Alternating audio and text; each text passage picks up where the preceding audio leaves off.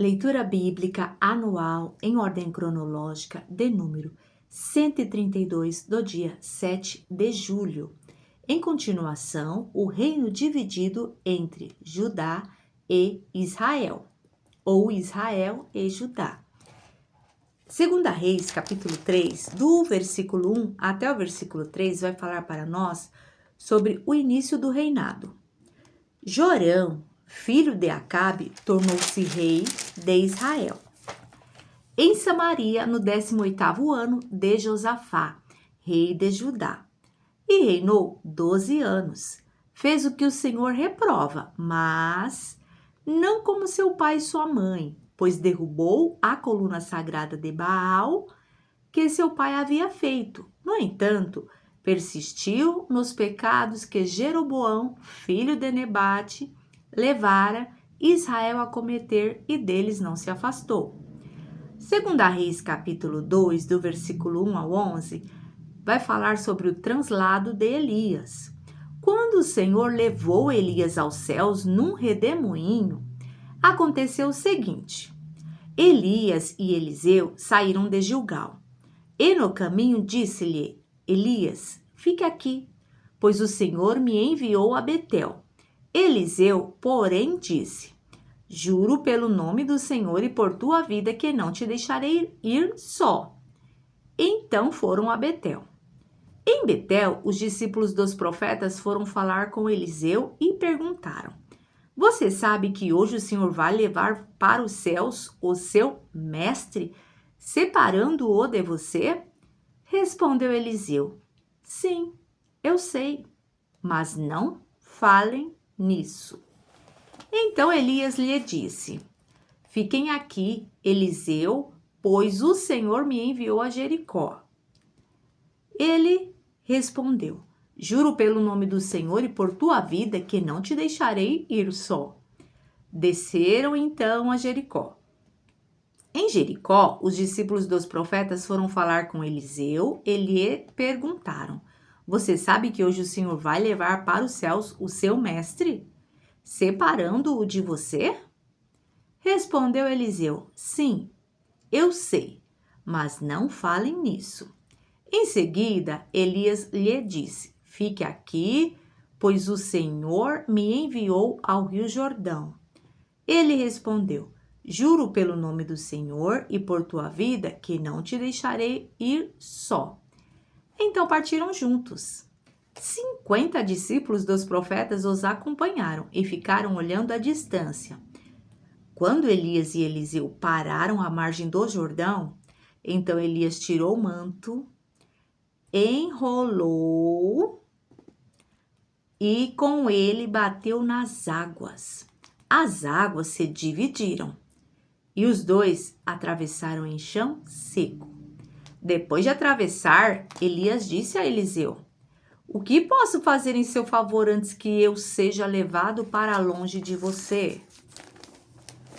Respondeu Eliseu: faze de mim o principal herdeiro de teu espírito profético. Disse Elias: seu pedido é difícil. Mas se você me vir quando eu for separado de você, terá o que pediu. Do contrário, não será atendido. De repente, enquanto caminhavam e conversavam, apareceu um carro de fogo e puxado por cavalos de fogo que os separou. E Elias foi levado aos céus num redemoinho. Segunda Reis, capítulo 2, do versículo 12 até o 18, vai falar sobre o início do ministério de Eliseu e o manto de Elias.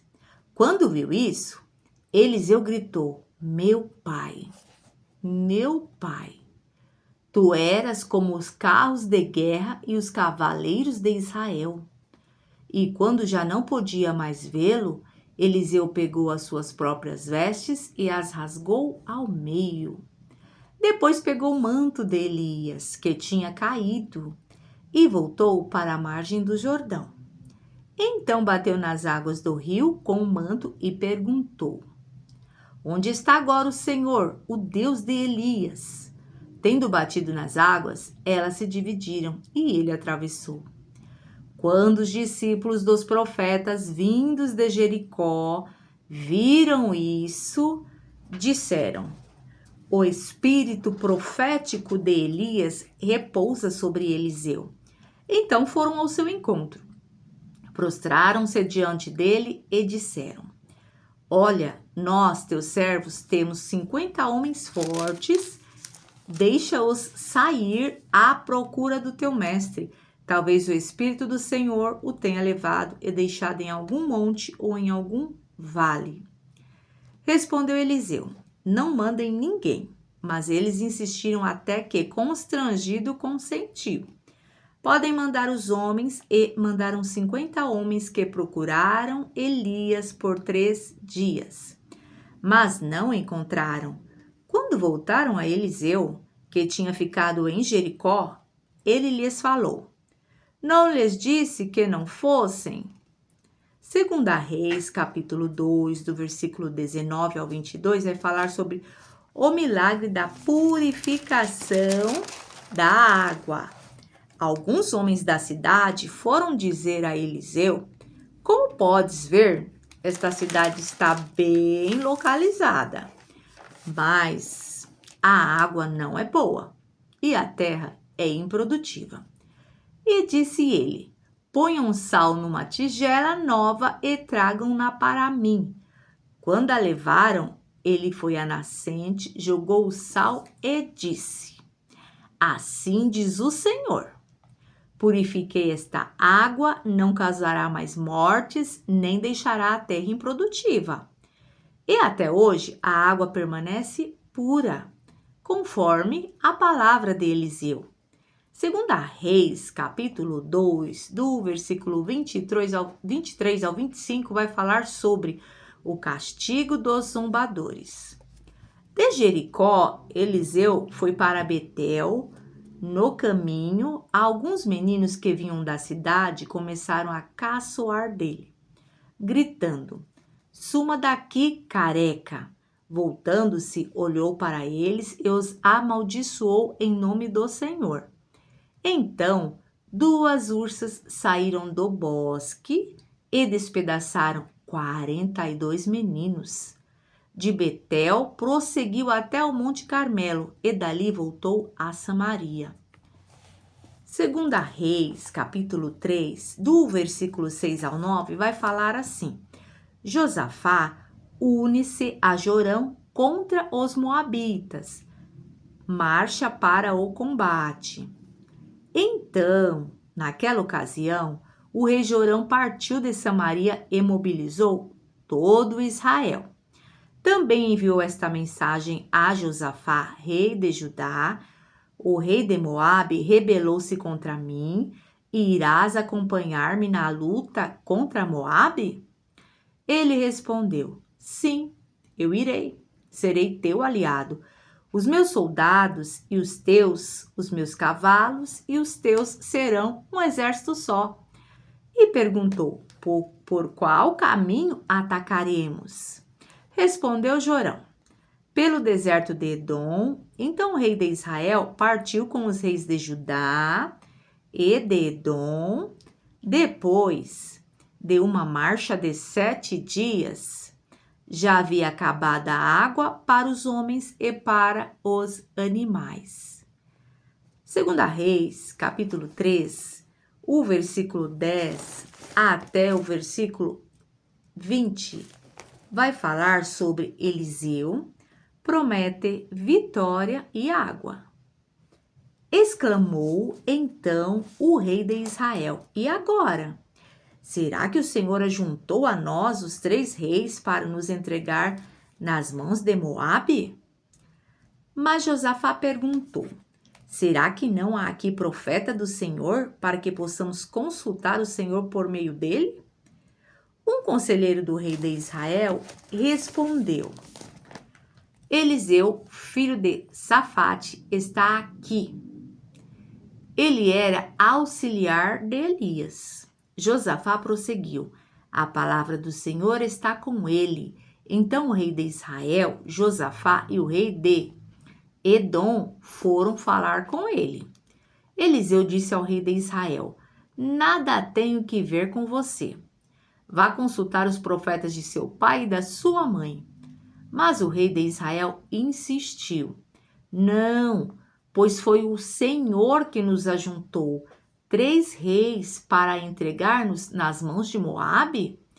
Então Eliseu disse: Juro pelo nome do Senhor dos Exércitos, a quem sirvo, que, se não fosse por respeito a Josafá, rei de Judá, eu não olharia para você, nem mesmo lhe daria atenção.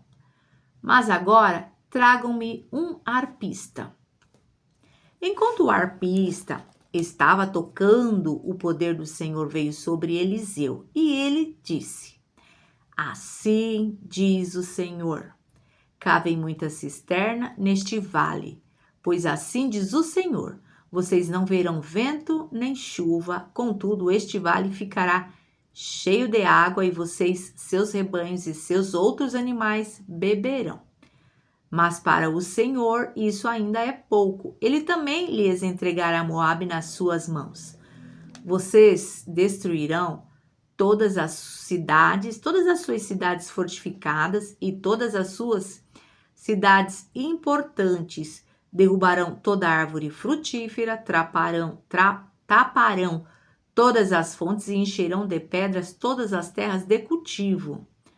No dia seguinte, na hora do sacrifício da manhã, a água veio descendo da direção de Edom e alagou a região. Segunda Reis, capítulo 3, do versículo 21 até o 27, vai falar sobre a derrota dos moabitas. Quando os moabitas ficaram sabendo que os reis tinham vindo para atacá-los, todos os que eram capazes de empunhar armas, do mais jovem ao mais velho, foram convocados a posicionarem na fronteira. Ao se levantarem na manhã seguinte, o sol refletia na água para os moabitas que estavam defronte dela. A água era vermelha como sangue. Então gritaram: é sangue! Os reis lutaram entre si e se mataram. Agora ao saque, Moabe. Quando, porém, os moabitas chegaram ao acampamento de Israel, os israelitas os atacaram e os puseram em fuga. Entraram no território de Moabe e o arrasaram. Destruíram as cidades e, quando passavam por um campo cultivável, cada homem atirava uma pedra até que ficasse coberto, taparam todas as fontes e derrubaram toda a árvore frutífera. Só Kir-Aresete ficou com as pedras no lugar, mas homens armados de atiradeiras a cercaram e também a atacaram. Quando o rei de Moabe viu que estava perdendo a batalha, reuniu 700 homens armados de espadas para forçar a passagem, para alcançar o rei de Edom, mas fracassou. Então pegou seu filho mais velho, que devia sucedê-lo como rei, e o sacrificou sobre o muro da cidade. Isso trouxe grande ira contra Israel, de modo que eles se retiraram e voltaram para sua própria terra. Segunda Reis, capítulo 4, vai falar sobre o ministério de Eliseu e o milagre do azeite. Certo dia, a mulher de um dos discípulos dos profetas foi falar a Eliseu: teu servo, meu marido, morreu, e tu sabes que ele temia o Senhor. Mas agora veio um credor que está querendo levar meus 2 filhos como escravos. Eliseu perguntou-lhe: como posso ajudá-la? Diga-me o que você tem em tua casa. E ela respondeu: tua serva não tem nada além de uma vasilha de azeite. Então disse Eliseu: vá pedir emprestadas vasilhas a todos os vizinhos, mas peça muitas. Depois entre em casa com seus filhos e feche a porta. Derrame daquele azeite em cada vasilha e vá separando as que você for enchendo. Depois disso, ela foi embora, fechou-se em casa com seus filhos e começou a encher as vasilhas que eles lhe traziam. Quando todas as vasilhas estavam cheias, ela disse a um dos filhos: traga-me mais uma. Mas ele respondeu: já acabaram. Então o azeite parou de correr. Ela foi e contou tudo ao homem de Deus, que lhe disse: vá, venda o azeite e pague suas dívidas, e você e seus filhos ainda poderão viver do que sobrar. Segunda Reis, capítulo 4, do versículo 8 até o 17, vai falar sobre promessa de um filho a Sunamita. Certo dia, Eliseu foi a Sunem, onde uma mulher rica insistiu que ele fosse tomar uma refeição em sua casa. Depois disso, sempre que passava por ali, ele parava para uma refeição. Em vista disso, ela disse ao marido: sei que esse homem que sempre vem aqui é um santo homem de Deus. Vamos construir lá em cima um quartinho de tijolos e colocar nele uma cama, uma mesa, uma cadeira e uma lamparina para ele? Assim, sempre que nos visitar, ele poderá ocupá-lo. Um dia, quando Eliseu chegou, subiu ao seu quarto e deitou-se. Ele mandou o seu servo Geazi chamar a Sunamita. Ele a chamou e, quando ela veio, Eliseu mandou Geazi dizer-lhe: você teve todo este trabalho por nossa causa? Que podemos fazer por você? Aí, quer que eu interceda por você junto ao rei ou ao comandante do exército? E ela respondeu: estou bem entre a minha própria gente. Mais tarde, Eliseu perguntou a Geazi: o que se pode fazer por ela? Ele respondeu: bem, ela não tem filhos e seu marido é idoso. Então Eliseu mandou chamá-la de novo. Geazi a chamou. Ela veio até a porta e ele disse: por volta desta época, no ano que vem, você estará com um filho nos seus braços. Ela contestou: não, meu senhor, não iludas a tua serva, homem de Deus. Mas, como Eliseu lhe dissera, a mulher engravidou e no ano seguinte, por volta daquela mesma época, ela deu à luz a um filho. Segunda Reis, capítulo 4, do versículo 18 em diante, vai falar sobre a ressurreição do filho da Sunamita, do 18 ao 36. O menino cresceu e, certo dia, foi encontrar-se com seu pai, que estava com os ceifeiros. De repente, ele começou a chamar o pai, gritando: ai, minha cabeça! Ai, minha cabeça! O pai disse a um servo: leve-o para a mãe dele. O servo o pegou e o levou à mãe. O menino ficou no colo dela até o meio-dia e morreu. E aí, ela subiu ao quarto do homem de Deus, deitou o menino na cama, saiu e fechou a porta. Ela chamou o marido e disse: preciso de um servo e de uma jumenta para ir falar com o homem de Deus. Vou e volto logo. Ele perguntou: mas por que hoje? Não é lua nova, nem sábado. Ela respondeu: não se preocupe. Ela mandou selar a jumenta e disse ao servo: vamos rápido. Só pare quando eu mandar. Assim ela partiu para encontrar-se com o homem de Deus no Monte Carmelo. Quando ele a viu à distância, disse a seu servo Geazi: olhe, é a Sunamita. Corra ao seu encontro e pergunte a ela: está tudo bem com você? Tudo bem com seu marido e com seu filho? Ela respondeu a Geazi: está tudo bem. Ao encontrar o homem de Deus no monte, ela se abraçou aos seus pés e, quando ela se abraçou, Geazi veio para afastá-la, mas o homem de Deus lhe disse: deixa-a em paz, ela está muito angustiada. Mas o Senhor nada me revelou e escondeu de mim a razão de sua angústia. E disse à mulher: acaso eu pedi um filho, meu senhor? Eu pedi para você um filho? Não te disse para não me dar falsas esperanças? Então Eliseu disse a Geazi: põe a capa por dentro do cinto, pegue o meu cajado e corra. Se você encontrar alguém, não cumprimente, e se alguém o cumprimentar, não responda. Quando lá chegar, ponha o meu cajado sobre o rosto do menino. Mas a mãe do menino disse: juro pelo nome do Senhor e por tua vida que, se ficares, não irei. Então ele foi com ela. Geazi chegou primeiro e pôs o cajado sobre o rosto do menino, mas ele não falou nem reagiu. Então Geazi Voltou para encontrar-se com Eliseu e lhe disse: O menino não voltou a si. Quando Eliseu chegou à casa, lá estava um menino morto, estendido na cama. Ele entrou, fechou a porta e orou ao Senhor. Depois deitou-se sobre o menino, boca a boca, olhos com olhos, mãos com mãos, enquanto se debruçava sobre ele. O corpo do menino foi se aquecendo e Eliseu levantou-se, começou a andar pelo quarto, depois subiu na cama e debruçou-se mais uma vez sobre ele.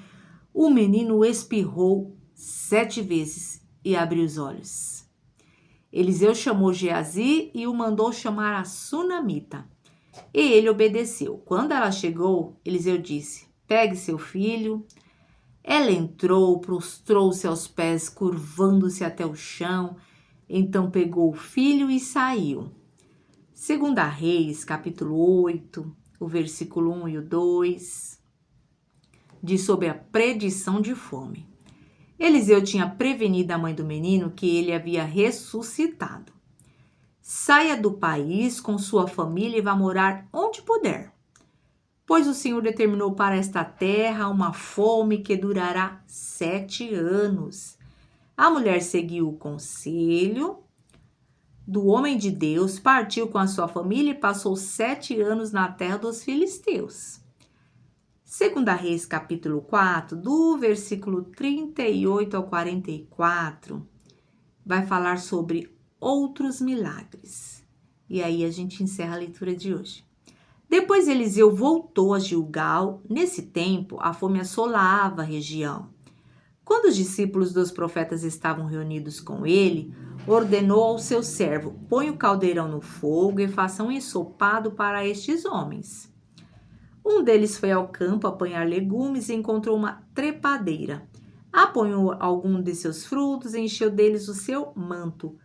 Quando voltou, cortou-os em pedaços e colocou-os no caldeirão do ensopado. Embora ninguém soubesse o que era, o ensopado foi servido aos homens. Mas, logo que o provaram, gritaram: Homem de Deus, a morte na panela, e não puderam mais tomá-lo. Então Eliseu pediu um pouco de farinha, colocou no caldeirão e disse: sirvam a todos. E já não havia mais perigo no caldeirão. Veio um homem de Baal, Salisa, trazendo ao homem de Deus 20 pães de cevada, feitos dos primeiros grãos da colheita, e também algumas espigas verdes. Então Eliseu ordenou ao seu servo: sirva a todos. O auxiliar de Eliseu perguntou: como poderei servir isso a 100 homens? Eliseu, porém, respondeu: sirva a todos, pois assim diz o Senhor. Eles comerão e ainda sobrará. Então ele serviu a todos e, conforme a palavra do Senhor, eles comeram e ainda sobrou.